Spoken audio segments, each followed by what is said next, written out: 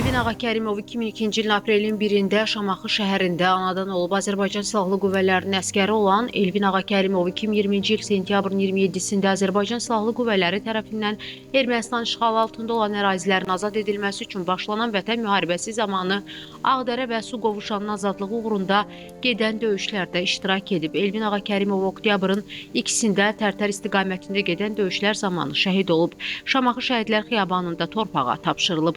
Azərbaycanın ərazi bütövlüyünün təmin edilməsi uğrunda döyüş əməliyyatlarına qatılan və hərbi hissə qarşısında qoyulmuş tapşırıqların icrası zamanı vəzifə borcunu şərəflə yerinə yetirdiyi üçün Azərbaycan Prezidenti İlham Əliyevin sərəncamlarına əsasən Elvin Ağakərimov ölümündən sonra vətən uğrunda Laçının azad olunmasına görə və Su qovuşanın azad olunmasına görə medalları ilə təltif edilib.